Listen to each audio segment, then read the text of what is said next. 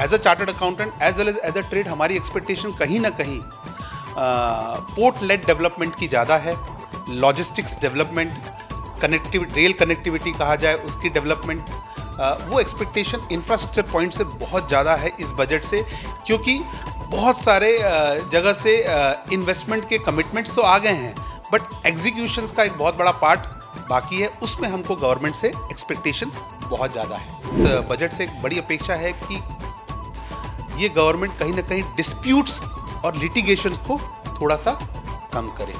Dispute और litigation का मतलब मैं आपको थोड़ा ब्रीफ करूं कि जो ऑनेस्ट टैक्स पेयर्स हैं, जो रेगुलर टैक्स पेयर्स हैं, उनको लिटिगेशन से अवॉइड करें, क्योंकि they are the pillar behind the success of our country.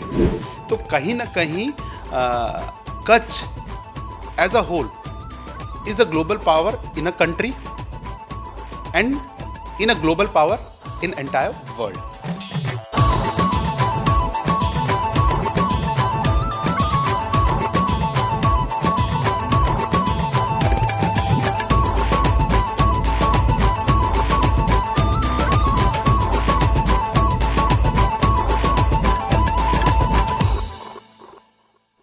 કેન્દ્રીય બજેટ આવવાની તૈયારીમાં છે.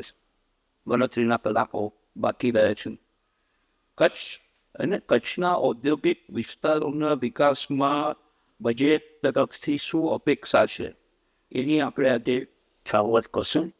આપણી સાથે સ્ટુડિયોમાં ગાંધીધામ ચેમ્બરની સાથે સંકળાયેલા યંગ ચાર્ટર્ડ એકાઉન્ટન્ટ રાજીવસિંહ ઉપસ્થિત છે. તેઓને ગાંધીધામ વિસ્તાર આપણે જાણીએ છીએ કે ગાંધીધામ વિસ્તાર એક મિની ભારત છે અને કદાચ મિની વિશ્વ પણ છે. વિશ્વ આખાના વેપારી પ્રવાહો ગાંધીધામથી પસાર થાય છે. તો આવી સંજોગોમાં કચ્છના વેપાર ઉદ્યોગને અને વ્યક્તિગત રીતે કેવી અપેક્ષાઓ છે બજેટ પાસેથી એની આપણે જાણશું. राजीव जी, कच्छ मित्र 360 डिग्री के स्टूडियो में आपका स्वागत है. Thank you. सबसे पहले तो ये बजट यूनियन बजट आने वाला है, तो उसमें एज ए चार्टर्ड अकाउंटेंट आपको क्या लगता है क्या होगा? देखिए, जब भी बजट की बात आती है तो सबसे पहले क्या आता है दिमाग में, एज अ चार्टर्ड अकाउंटेंट नहीं, एज अ लेमैन भी आप बात करें ना, तो आता है फिगर्स, टैक्स रेट, एग्जम्पशंस. अब बजट 2026 एक तरह से एक लैंडमार्क होगा इस साल, क्योंकि इनकम टैक्स का एक एक्ट 2025 का जो इफेक्टिव होगा 1 अप्रैल 2026 से, तो कहीं ना कहीं उसको अलाइन करने के लिए बजट 2026 एक बहुत महत्वपूर्ण भूमिका निभाएगा. Specifically as a chartered accountant expectation तो इस बजट से बहुत सारी है, लेकिन जो एक बेसिक एक्सपेक्टेशन है वो हमारे लिए एग्जेम्पशन रिलेटेड नहीं है, बस कहीं ना कहीं हम जिस जगह को बिलोंग करते हैं, चाहे वो गांधीधाम हो, कच्छ हो, भुज हो, जो कि पूरा इंडस्ट्रियलाइजेशन की तरफ बढ़ रहा है, तो कहीं ना कहीं एक्सपेक्टेशन ये है कि इंडस्ट्रियलाइज इंसेंटिव की बात रखी जाए, और एक्सपेक्टेशन भी यही है हम लोग की कि कहीं ना कहीं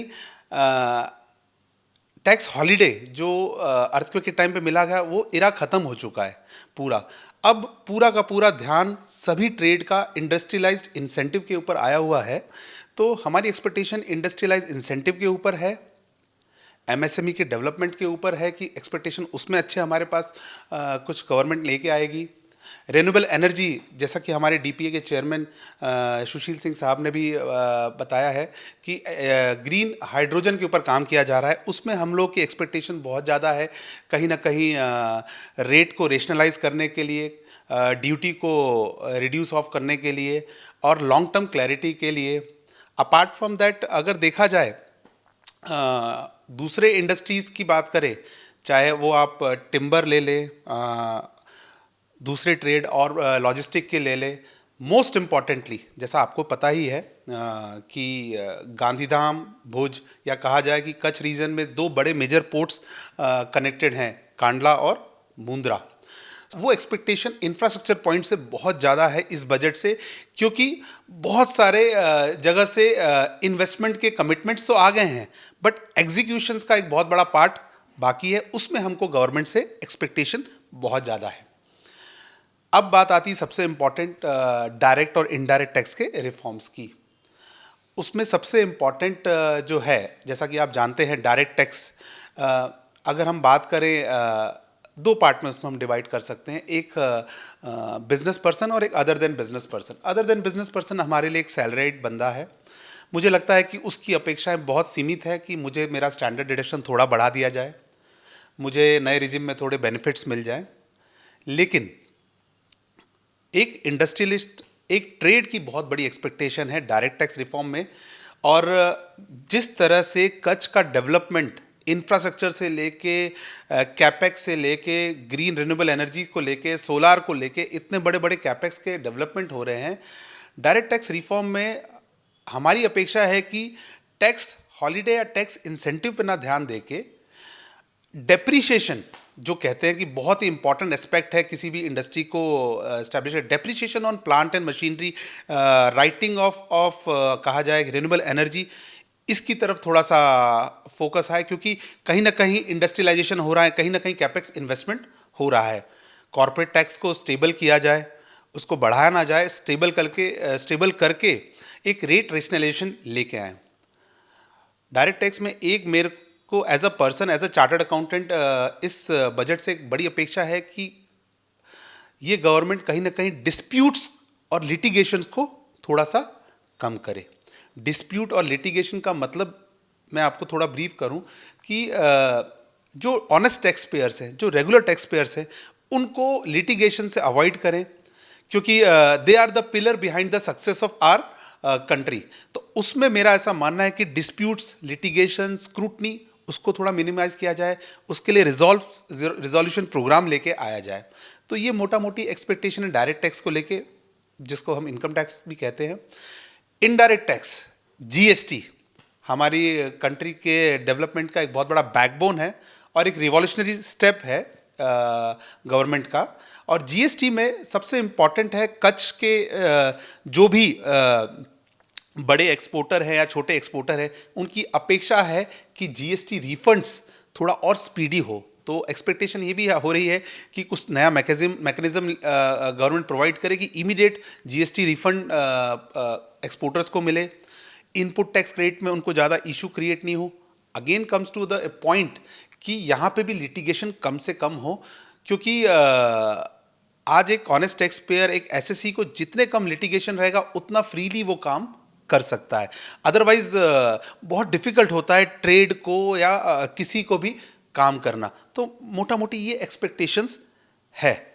आपको इतने सालों से ये फील्ड है, तो एक बार बजट आने के बाद उसकी तुरंत असर कितने कच्छ के या कच्छ के जो बिजनेस बोर्ड सबके ऊपर इतनी जल्दी अपने इसको देखी है, और वो ज़्यादातर पॉजिटिव होती है कि उसमें कोई नेगेटिविटी होती है, क्योंकि जो की सेक्टर्स किस तरह से रिस्पॉन्ड करता है, इसमें किस तरह से करेगा, आपको क्या होता है? देखिए, मैं इस जगह को बिलोंग नहीं करता, पर ये मेरी कर्म भूमि है। और बीइंग अ कच्छी, हम लोग की एक क्वालिटी है कि नेवर से डाई एटीट्यूड। हम किसी भी चीज़ में रम जाते हैं, किसी भी चीज़ में ढल जाते हैं। कोई भी बड़ा revolutionary step in terms of budget या बजट के अंदर प्रोविजन भी आता है, उसका इम्पैक्ट आने में करीबन टाइम लगता है। लेकिन उसकी हम लोग इतने फ्लेक्सिबिलिटी, हमारा ट्रेड इतना फ्लेक्सिबल है, हमारे यहाँ के लोग इतने हार्ड वर्किंग और फ्लेक्सिबल है कि बहुत जल्दी अडेप्ट हो जाते हैं और बहुत पॉजिटिव ही एटीट्यूड रहता है। मैं आपको एक एग्जांपल देता हूँ।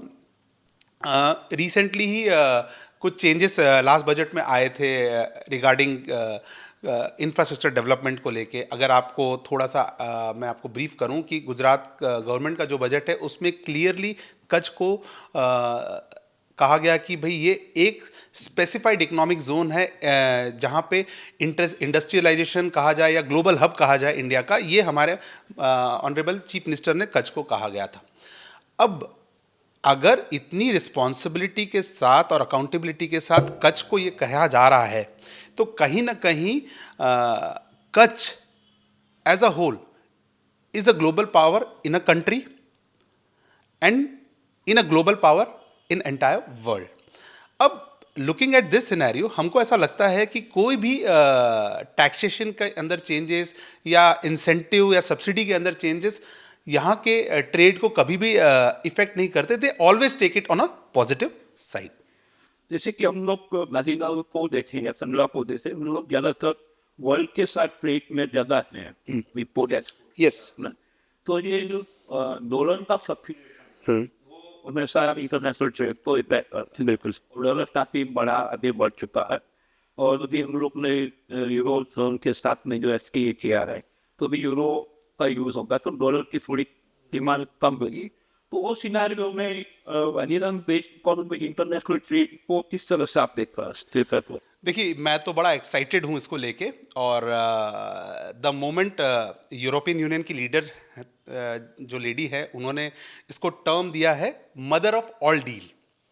जैसे ही इसको टर्म दिया गया मदर ऑफ ऑल डील ना इसके ना ग्लोबल इम्पैक्ट आपको ट्विटर पे देखने को मिल ही गए होंगे क्योंकि कहीं ना कहीं this will be a game changer in global economy.